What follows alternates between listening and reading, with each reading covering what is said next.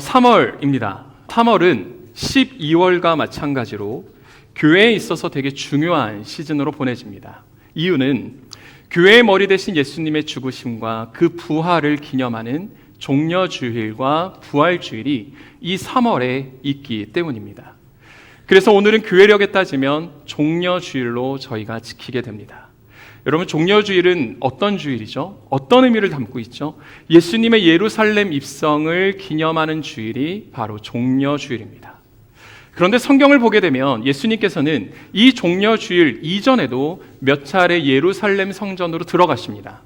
그럼에도 불구하고 우리가 오늘을 예수님의 종려주일로 기억하고 또한 기념하며 예배하는 이유는 예수님께서 자유의 몸으로 예루살렘 성을 입성하신 마지막 입성이자 또한 예수님께서 이 땅에 오신 목적인 모든 사람의 대속물로 십자가를 지시기 위해 예루살렘을 입성하신 그 날이기에 우리가 오늘을 종려주일로 지키는 것입니다. 그렇다면 오늘을 종려주일로 지킨다면 내일부터는 어떤 주간으로 우리가 지키게 되죠? 네? 고난주간으로 지키게 됩니다.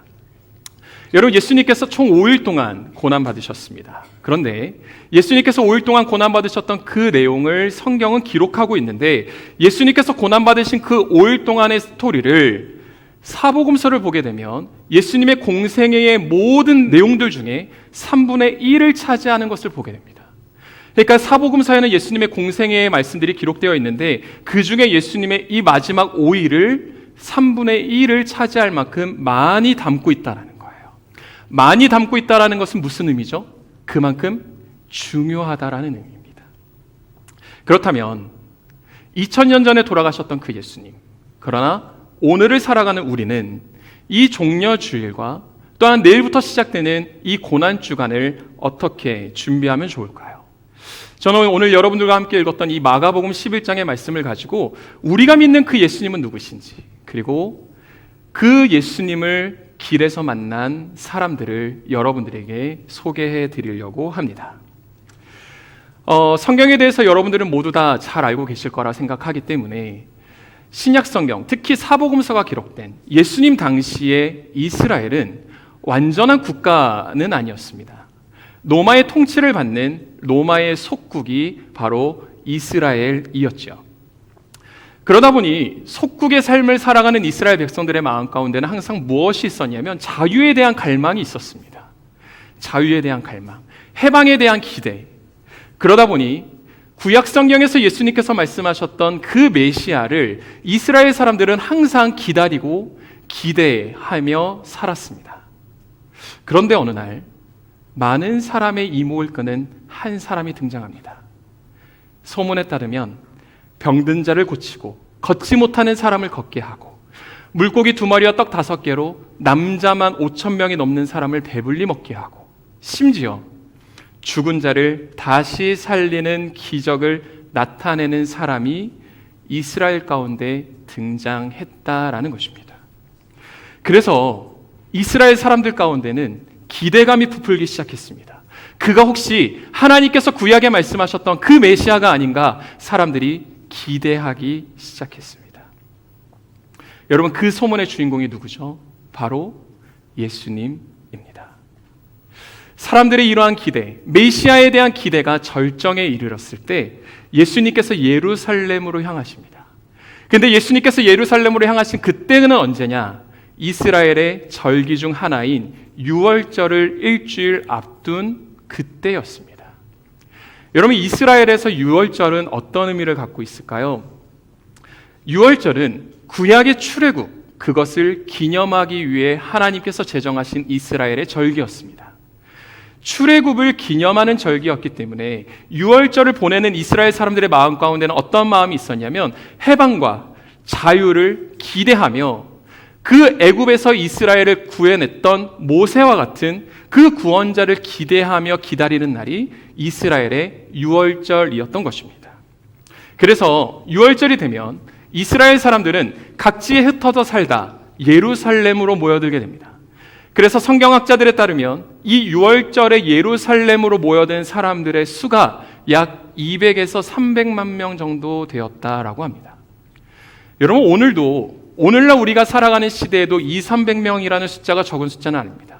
그런데 예수님 당시 6월절이라는 절기가 되면 이스라엘의 모든 사람들이 예루살렘으로 모여들게 되었고 그 예루살렘 성에 200~300명의 사람들이 모였다라는 것입니다. 그런데 그때 예수님께서 예루살렘으로 들어가시는 것입니다. 그러자 예수님을 본 많은 사람들이 뭐라고 외치기 시작하냐면 우리가 조금 전 찬양에서 계속해서 외쳤던 것처럼 호산나라고 외치기 시작합니다. 호산나의 의미는 무엇입니까? 우리를 구원하소서라는 의미입니다. 그렇다면 여러분, 많은 사람들이 그 예루살렘 성전으로 입성하시는 그 예수님을 바라보면서 호산나 외쳤는데요.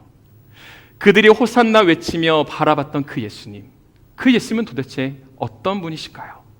그리고 그 예수님을 믿는 저와 여러분, 우리가 믿는 예수님은 어떠한 분이신지 이 성경을 통해 우리가 함께 살펴보면 좋겠습니다. 먼저 우리가 1절, 우리 오늘 본문의 말씀인 1절을 우리가 같이 한번 읽어보도록 하겠습니다. 시작. 그들이 예루살렘에 가까이 와서 올리브산 근처 벳바게와 베다니에 이르렀을 때 예수님께서 제자 2명을 보내시며, 여러분, 이 1절의 말씀에는 세 곳의 지명이 등장하죠. 첫 번째는 어디입니까? 올리브산입니다. 근데 이 올리브산이 우리에게 조금 더 익숙한 명칭은 감람산이죠. 또 벳바게라는 지명이 등장하고 베다니라는 지명이 등장합니다. 여러분, 감람산이라는 곳은 어떤 곳인가요? 여러분, 감람산이라는 곳은 예수님께서 평소 밤마다 즐겨 찾으시며 기도했던 장소가 감람산이에요. 또한 예수님께서 로마 군인들에 의해 체포되시기 전날 밤 땀이 핏방울처럼 변할 때까지 기도하셨던 장소가 바로 이 감람산입니다. 그리고 더 중요한 것은 부활하신 예수님께서 하늘로 승천하실 때 그 승천의 장소가 바로 이 감람산이었습니다. 그렇기 때문에 예수님에게 감람산은 어떠한 산이냐? 예수님의 그 삶의 여정 가운데 중요한 흔적이 남아있는 곳이 바로 감람산이라는 것입니다. 그런데 이 감람산 근처에는 벳바게라는 동네가 있습니다. 벳바게, 뜻은 설익은 무화과 나무의 동네라는 의미입니다. 설익은 무화과 나무의 동네. 이 말은 무슨 말이냐면 벳바게에는 무화과 나무를 먹는, 그 무화과 나무를 주로 자신의 식량으로 삼는 백성들이 많았는데 그 사람들이 잘 익은 무화과를 먹는 것이 아니라 설 익은 무화과를 먹는 사람들이었다는 거예요. 그 말은 무슨 말이에요? 그들의 삶이 그렇게 녹록한 삶은 아니었다라는 거예요. 경제적으로 풍요한 사람들이 머무는 그 동네가 아니었다라는 것입니다. 그러니까 벳바게라는 동네는 무슨 말이냐면 경제적으로 부유하고 의리의리한 그러한 도시가 아니라 가난한 사람들이 많이 모여 사는 동네가 바로 벳바게라는 동네였다라는 것을 우리는 그 이름에서 찾아볼 수 있습니다. 그렇다면 마지막으로 베단이라는 곳은 어떤 곳일까요? 성경에는 베단이라는 곳이 2군데 나오지요. 근데 여기에 나오는 베단이라는 곳은 예루살렘에서 약 2~3km 정도 떨어진 곳에 위치한 베단입니다. 이 베다니에는 예수님께서 자신의 친구라고 말씀하셨던 나사로가 살았던 동네이기도 합니다. 그런데 이 베다니에는 또 누가 살았냐면 나 환자들이 격리되어 따로 거주하며 살았던 곳이 이 베다니라는 동네입니다. 그러니까 베다니라는 동네도 그렇게 세련된 도시가 아니었다라는 거죠. 잘 정비된 도시가 아니었다라는 거예요. 사람들로부터 사회에서 소외되고 따로 분리된 사람들이 사는 동네가 어디예요? 그곳이 베다니였다는 것입니다. 정리해보면 예루살렘으로 입성하시는 그 예수님은 사람들을 통하여 호산나 또는 왕이라는 호칭을 듣기는 했지만 그 예수님께서 예루살렘으로 입성하신 그 길은 대로가 아니라 가난하고 사회적으로 소외된 사람들의 그 마을을 지나 예수님께서 예루살렘으로 들어가셨다라는 것입니다. 여러분, 오늘날 대통령이 여기에서 저기로 이동하기만 하더라도 길은 통제됩니다. 그죠? 근데 이 당시 왕이 행차를 하게 되면 모든 마을 사람들이 나와 그 왕의 행차를 환영합니다. 그리고 그 길은 넓은 길을 선택합니다. 하지만 예수님께서 오늘 선택하신 길은 어디십니까?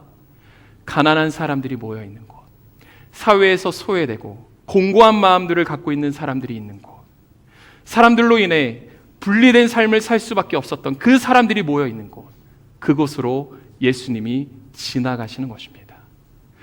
예수님의 이러한 모습을 통해 우리는 어떤 말씀을 생각해 볼 수 있냐면, 이 말씀, 인자가 온 것은 섬김을 받으려 함이 아니라 도리어 섬기려 하고 자기 목숨을 많은 사람의 대속물로 주려 함이라 라는 예수님의 그 말씀을 우리는 생각하게 됩니다. 그래서 여러분, 저와 여러분이 믿는 그 예수님, 오늘 이 마가복음 11장에 등장하는 예수님은 어떠한 분이신가? 그분은 왕으로 오신 예수님이시지만 그분은 섬김을 받기 위해 왕으로 오신 것이 아니라 섬기기 위해 이 땅 가운데 오신 왕, 그분이 바로 저와 여러분이 믿는 예수님이라는 것을 우리는 1절을 통해 확인해 볼 수 있을 것입니다. 그럼 이제 우리 2절의 말씀을 함께 살펴봤으면 좋겠습니다. 우리 2절 말씀 함께 읽어보겠습니다. 시작. 저기 보이는 마을로 들어가라. 그곳에 들어가 보면 아직 아무도 탄 적이 없는 새끼 나귀 하나가 매여 있을 것이다. 그 나귀를 풀어서 이리로 끌고 와라. 아멘. 여러분, 예루살렘으로 입성하시는 예수님이 타고 계시는 그 이동수단은 무엇이었습니까? 나귀였습니다. 근데 그것도 어린 나귀입니다. 여러분, 예수님께서 나귀를 택하신 이유는 뭘까요? 예수님께서 나귀를 택하신 이유, 어떠한 좀 감동적인 퍼포먼스를 위해서 예수님께서 나귀를 택하셨을까요? 그런데 예수님께서 나귀를 선택하신 그 이유를 마태복음 21장 4절은 그 이유를 이렇게 기록하고 있습니다. 화면에 기록되어 있을 텐데요. 마태복음 21장 4절에는 이렇게 말씀이 있습니다. 이는 선지자들을 통하여 하신 말씀을 이루려 하심이라. 예수님께서 예루살렘으로 입성하실 때 어린 나귀를 타신 이유는 예수님 개인의 생각이 아니라 이미 수백 년 전 구약의 선지자 스가랴를 통해 예고되었고 예언된 말씀의 성취였다라는 거예요. 구약에 예언된 말씀. 여러분, 그러면 구약에 어떤 말씀이 예언되어 있었을까? 우리가 그 말씀 한번 살펴봤으면 좋겠는데요. 스가랴 9장 9절입니다. 우리 화면의 말씀을 보고 오늘 말씀을 좀 여러분들과 같이 많이 읽으려고 하는데요. 같이 한번 읽어볼까요? 시작. 시온에 따라 마음껏 기뻐하여라. 예루살렘에 따라 소리쳐라. 보아라, 내 왕이 내게로 오신다. 그는 의로우시며 구원을 베푸시는 분이다. 그는 겸손하여서 나귀를 타시니. 여러분, 예수님께서는 이 스가랴 9장 9절의 말씀을 예루살렘 성에 입성하실 때에 성취하신 거예요. 그러니 예수님의 생애를 우리가 정리해보면 뭐라고 정리할 수 있냐면, 예수님의 생애는 말씀을 완성시키는 생애였다라고 우리는 생각해 볼 수 있습니다. 여러분, 사복음서의 말씀을 보게 되면 예수님께서 어떠한 기적을 행하시거나 아니면 예수님께서 어떠한 사역을 행하실 때 항상 따라붙는 하나의 문구가 있습니다. 그건 바로 뭐냐면 말씀을 이루려 하심이라. 여러분, 예수님의 삶은 어떠한 삶이었냐? 하나님의 말씀을 완성하는 삶이었다라는 거예요. 그런데 우리가 조금 전 스가랴 9장 9절의 말씀을 읽었는데 우리가 이 말씀을 읽고 나서 그냥 넘어가서는 안 되는 것이 있습니다. 그건 바로 뭐냐면, 왜 하나님께서 스가랴를 통하여 이 스가랴 9장 9절의 말씀을 예언하게 하셨냐는 거예요. 예언하게 하셨느냐. 그래서 잠깐 그 스가랴 당시의 시대의 상황을 여러분들에게 좀 소개해 드리려고 합니다. 여러분, 예수님 당시 이스라엘은 로마의 속국이었던 나라였습니다. 그런데 이 스가랴 시대의 이스라엘은 주변국에 비해 상당히 작은 나라였습니다. 그래서 어쩌면 나라라는 그 이름을 붙이기조차 조금 부담스러울 정도로 이스라엘은 작은 집단에 불과했다라는 거예요. 그리고 이 이스라엘 주변에는 여러 나라들이 포진하고 있었습니다. 여러 나라들이 주변에 둘러싸고 있었는데 성경에 등장하는 나라들만 언급해보면 이런 나라들이 있었습니다. 하드락, 다메섹, 하맛, 두로, 시돈, 아스글론, 가사, 에그론, 아스돗, 블레셋 등의 나라입니다. 그런데 이 이스라엘을 둘러싼 주변국들의 명성이 얼마나 대단했는지 성경은 이 나라들 중에 한 나라인 두로에 대해서 이렇게 소개하는데요. 한번 들어보세요. 두로가 도대체 어떠한 나라였나? 두로는 자기들을 위해서 요새를 짓고 은을 티끌처럼 쌓고, 뭘 티끌처럼 쌓았대요? 은을 티끌처럼 쌓고 순금을 거리의 진흙처럼 쌓아두었다. 무엇을 거리에 진흙처럼 쌓아두었대요? 순금. 그러니까 두로라는 나라는 그러한 나라였다라는 것이죠. 그러다 보니 이스라엘은 자연스럽게 주변국들의 눈치를 볼 수밖에 없는 거예요. 언제 그들이 우리 가운데 쳐들어올지 모르는 그 인생이 이스라엘의 인생이었다라는 것입니다. 항상 불안감 가운데 사는 인생이 이스라엘의 인생이었다라는 거예요. 그때 하나님께서 이스라엘 가운데 주신 말씀이 뭐예요? 저희가 조금 전 읽었던 스가랴 9장 9절 메시아에 대한 약속이었다는 거예요. 근데 여러분 생각해 봅시다. 주변의 나라들로부터 백성을 구원할 왕이 무엇을 탄다고요? 어린 나귀를 탄다고요. 여러분 전쟁에서 이기는 왕은 보통 백마를 탑니다. 말을 타죠. 근데 나라를 구원시킬 그 왕이 말이 아닌 나귀, 그것도 어린 나귀라니 그것은 무슨 의미일까요? 그리고 그 어린 나귀를 타고 오는 그 왕을 백성들은 보면서 어떤 기대를 할 수 있었을까요? 여러분 한번 생각해 보세요. 왕이 옵니다. 여러분들을 구원할 왕이 오세요. 근데 그 왕이 나귀를 타고 오는 거예요. 근데 그 나귀도 어린 나귀예요. 제대로 걷지 못하는 왕. 여러분 그 왕을 여러분은 왕으로 모시고 인정할 수 있겠습니까? 그런데 하나님께서 스가랴 9장 9절의 말씀을 하신 이후에 스가랴 9장 10절에서 그 어린 나귀를 타고 오시는 그 메시아를 통해 어떠한 일들이 이루어질 것인지를 이렇게 말씀합니다. 화면에 준비되어 있는데요. 우리 말씀 다 같이 함께 읽어보겠습니다. 시작!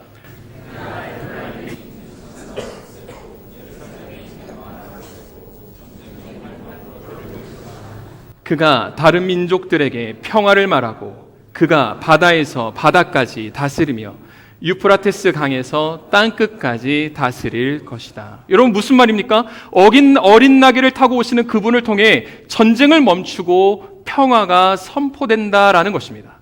그리고 그분의 통치가 바다에서 바다 끝까지 이루어진다라고 말씀합니다.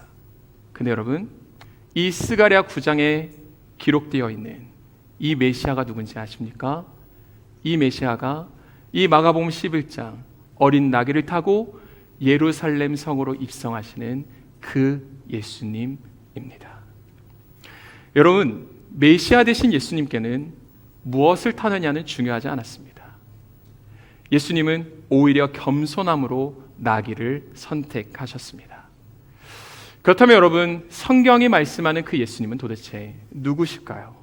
그리고 저와 여러분이 믿는 그 예수님은 도대체 누구실까요?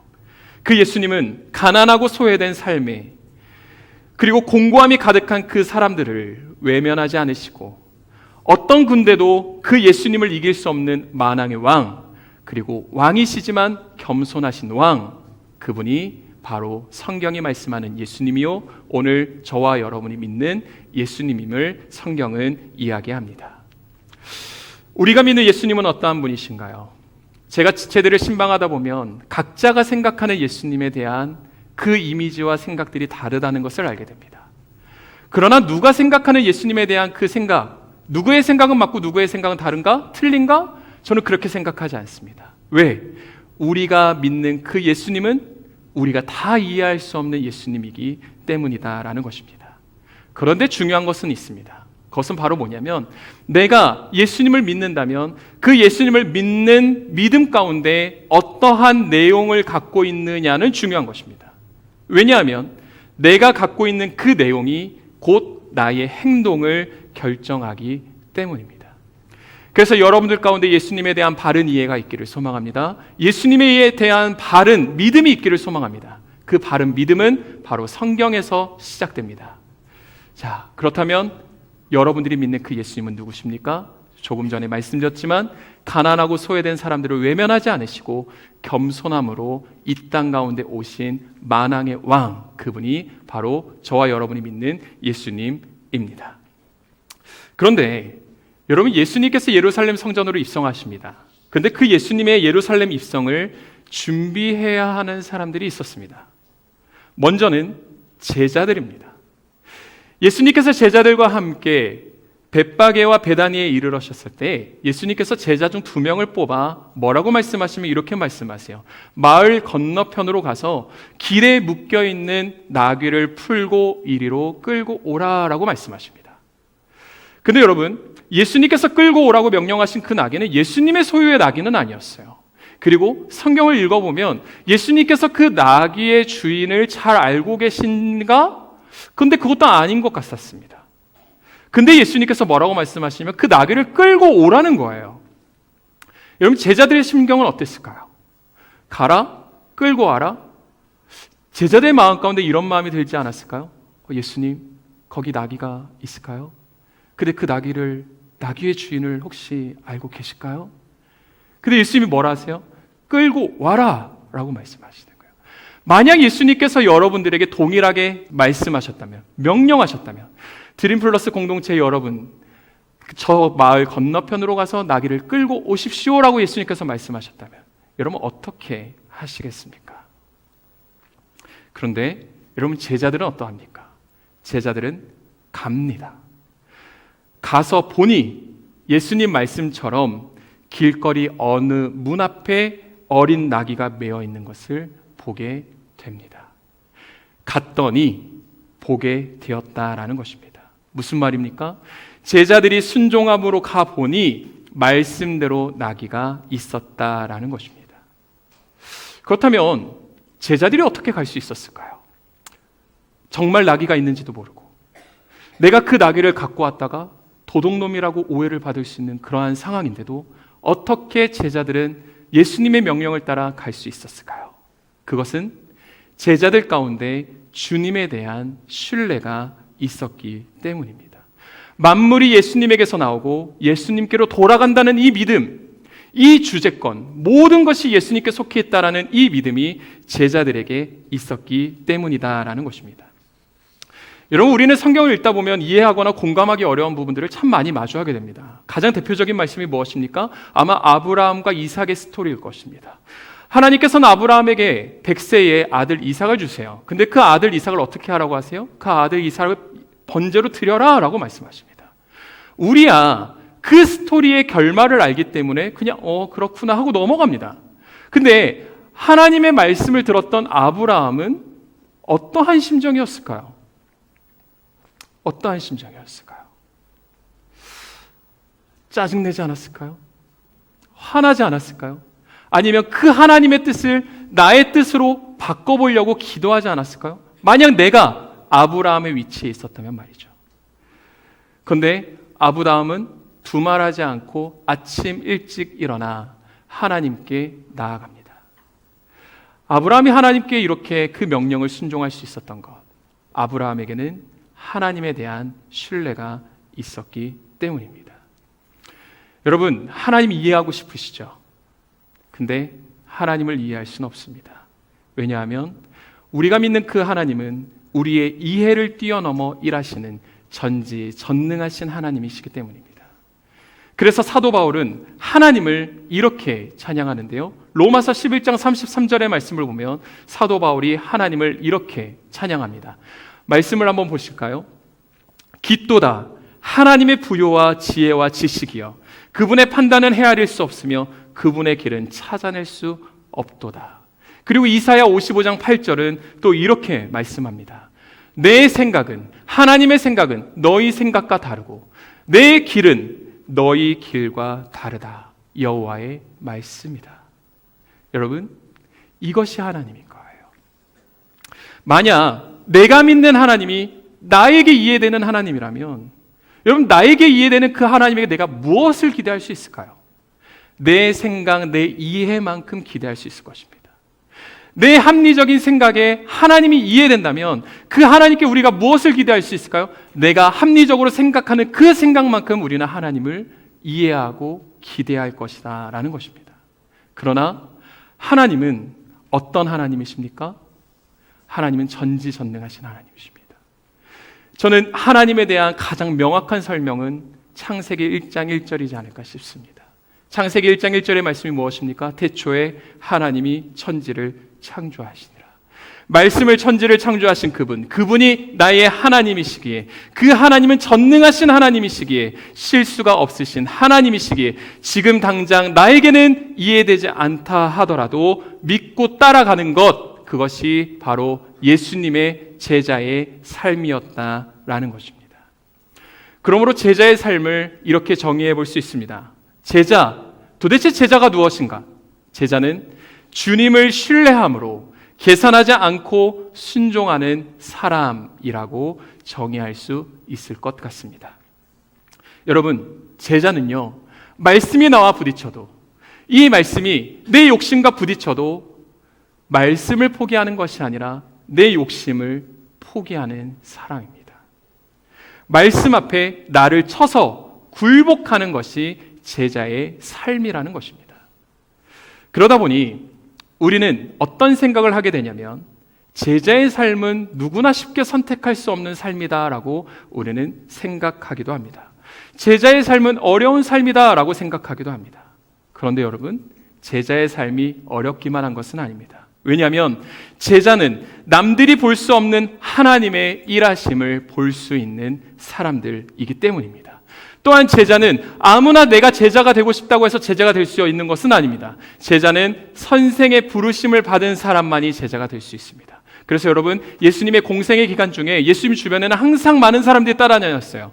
그 예수님 주변을 쫓아다녔던 사람들을 나눠보라면 제자와 무리들이었습니다. 그런데 예수님의 부르심을 받은 제자는 몇 명이었습니까? 12명 뿐이었습니다. 그러므로 제자의 삶은 어렵고 힘들고 쉽지 않은 그 삶이 아니라 특권이자 은혜의 삶이었다라는 것입니다. 근데 여러분, 예수님께서 예루살렘 성에 입성하실 때 제자뿐만 아니라 또 한 사람들을 만나게 되십니다.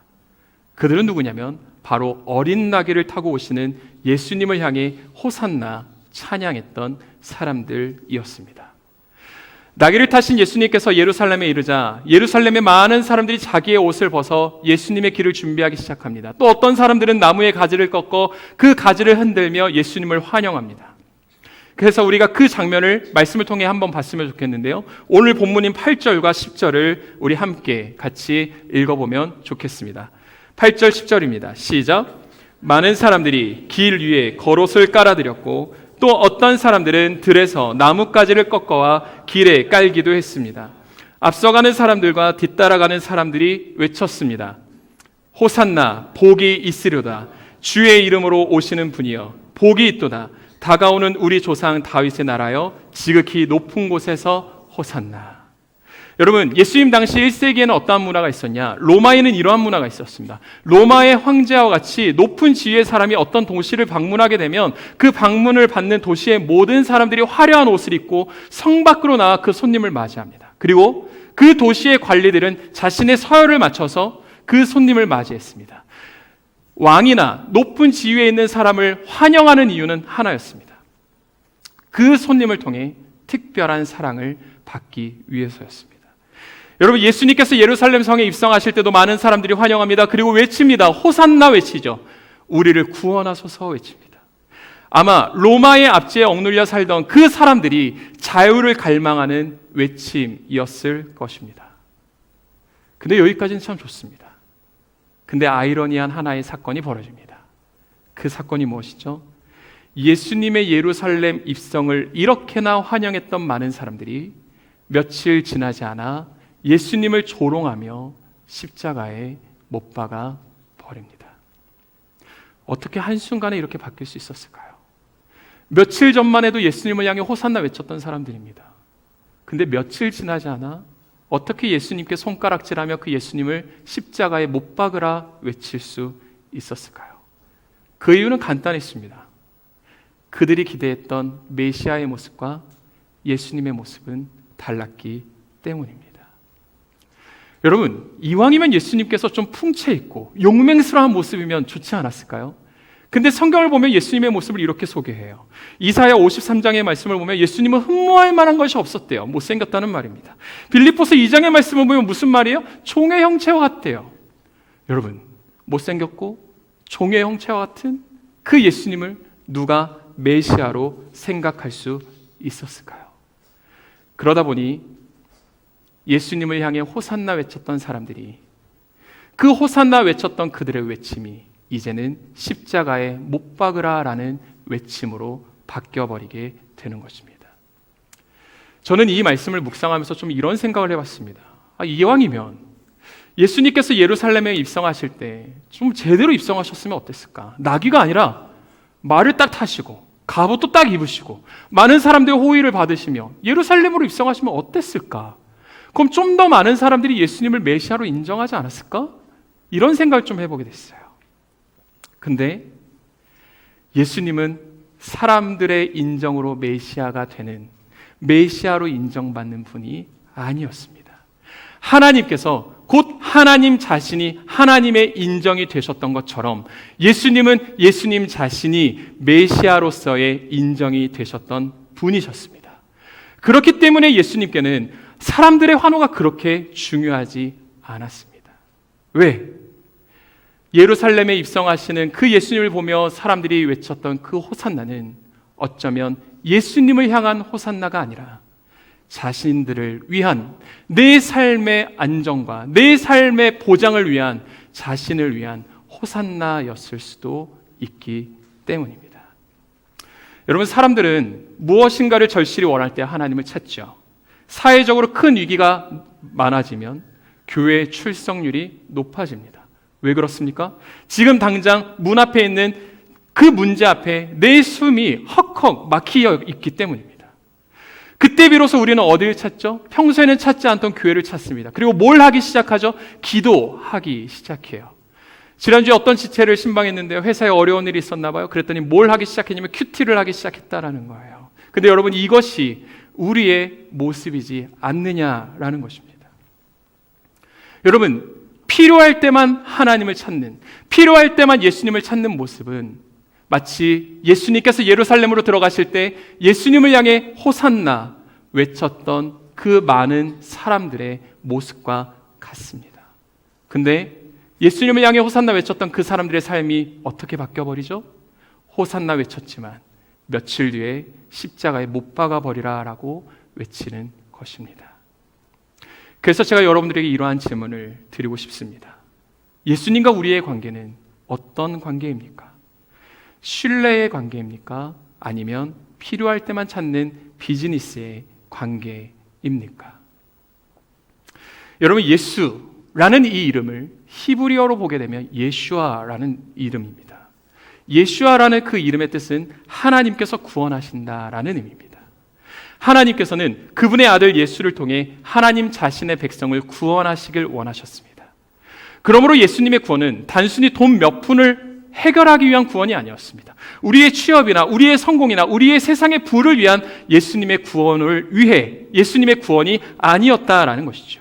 예수님께서 이 땅 가운데 오신 이유는 무엇입니까? 에베소서 2장의 말씀처럼 죄와 허물로 죽었던 우리의 그 문제를 해결하시기 위해 예수님께서 이 땅 가운데 오셨다라는 것입니다. 그러므로 예수님을 만나면 우리의 인생 가운데 변화가 생기는 것입니다. 고린도후서 5장 12절의 말씀처럼 누구든지 그리스도 안에 있으면 새로운 피조물이라 라고 말씀하셨던 것처럼 우리의 인생 가운데 예수님이 찾아오시면, 우리의 인생이 예수님을 만나면 우리의 인생은 변하는 거예요.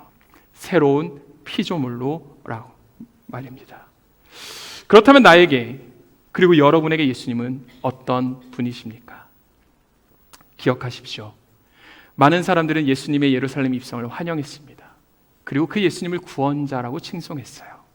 그러나 결정적인 순간 제자와 무리는 나뉘어 버렸습니다. 여러분들은 제자이십니까? 아니면 예수님을 찬양했던 한 명의 호산나 찬양했던 무리에 속하십니까?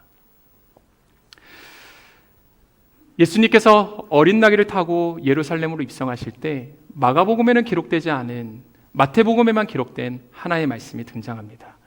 마태복음 21장 10절부터 11절의 말씀을 보면 이런 말씀이 등장해요. 예수님께서 예루살렘에 들어가시자 온 성이 떠들썩했습니다. 사람들이 물었습니다. 이 사람이 누구요? 예수님께서 예루살렘 성으로 입성하실 때 많은 사람들이 그 예수님을 보면서 물은 거예요. 이 사람이 누구요? 근데 여러분, 이 질문이 종려주일과 고난주간을 시작하는 저와 여러분들에게 성경이 던지는 질문일 것입니다. 여러분들에게 예수님은 누구십니까? 우리가 믿는 예수님은 구약으로부터 예언된 메시아 하나님의 아들입니다. 그래서 말씀을 정리하면서 제가 여러분들에게 한 가지 말씀만 드리고 말씀을 정리해 보려고 합니다. 여러분, 구약에 보면 예수님에 대한 예언된 말씀이 참 많죠. 근데 제가 참 좋아하는 말씀인데요, 이사야 25장의 말씀을 보면 이런 말씀이 있어요. 화면을 계속 한번 띄워놔 주실래요? 이사야 25장 7절을 보면 하나님께서 메시아에 대한 약속을 하시면서 이렇게 말씀하십니다. 이 산에서 그가 모든 민족의 얼굴을 덮고 있던 수위를 걷어버리시고 모든 나라를 덮고 있던 수위를 치워버리실 것이다 라고 7절에 말씀하십니다. 여러분, 예수는 하나님께서 메시아를 약속하시면서 이렇게 말씀하세요. 그러다 보니까 백성들 가운데 하나의 숙제가 생긴 거예요. 그 숙제는 뭐냐? 도대체 메시아가 누구냐는 거예요. 그래서 하나님께서 메시아를 분별할 기준을 주십니다. 그 기준이 뭐냐? 6절에 등장해요. 우리 6절 같이 한번 읽어볼까요? 시작.